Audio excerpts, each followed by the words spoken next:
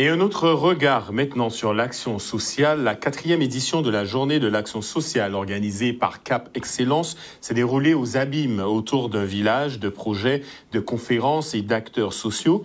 L'enjeu, harmoniser les dispositifs, faciliter le parcours d'accès aux aides et renforcer la cohésion locale. Charlie Dagonia fait le point pour nous. Alors, politique d'action sociale, c'est-à-dire jeunesse, santé, insertion, prévention de délinquance, action sociale et autres. Alors, le président Éric Jalton, malgré que cette compétence action sociale n'est pas obligatoire au niveau de Cap Excellence, a voulu s'imprégner des problématiques et c'est la raison pour laquelle, depuis 2 mandatures, nous avons cette commission qui existe et nous travaillons à l'élaboration de mettre en commun l'action sociale du territoire et essayer de répondre aux problématiques sociales sur le territoire de Cap Excellence. Je pourrais citer 3 pistes, mais dans notre atelier, on en a proposé quand même 22. Donc il y a des choses qui ont été réfléchies. La première, c'est de regrouper les professionnels de santé de façon plus régulière dans le cadre des CPTS ou pas. De façon à ce qu'ils puissent discuter des parcours de santé des patients sur des cas fictifs ou des cas réels.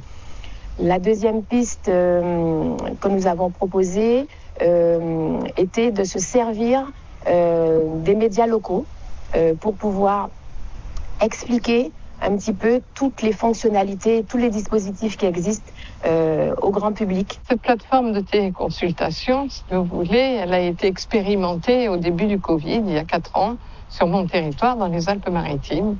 Elle permet à accéder au chevet d'un patient qui ne peut pas se déplacer, qui n'a pas les capacités physiques de se déplacer, qui n'a pas de médecin qui vient à son chevet et qui ne justifie pas d'aller aux urgences et qui pour autant a besoin d'être consulté par un médecin. C'est une vraie consultation à travers le numérique, mais le médecin voit le patient, l'examine, l'interroge, prend son temps, et puis, comme une vraie consultation de médecine générale, et puis établit diagnostic, ordonnance de médicaments et de soins. Sur l'invitation d'Éric Jalton, qui a une grande volonté de déployer l'accès aux soins sur la population de son territoire. Il faut savoir que c'est la première thématique qui apparaît dans les difficultés des habitants à l'heure actuelle dans nos sondages. L'accès aux soins, c'est vraiment une préoccupation des patients.